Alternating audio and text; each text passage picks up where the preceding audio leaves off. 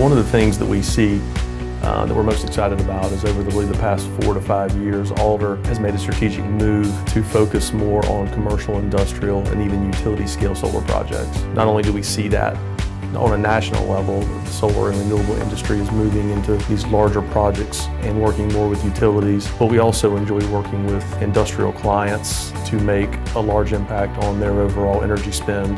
One of the benefits we see is we're able to provide our clients long-term service. We do a lot of O&M and maintenance contracts on projects that are 5, 10, even 15 years old.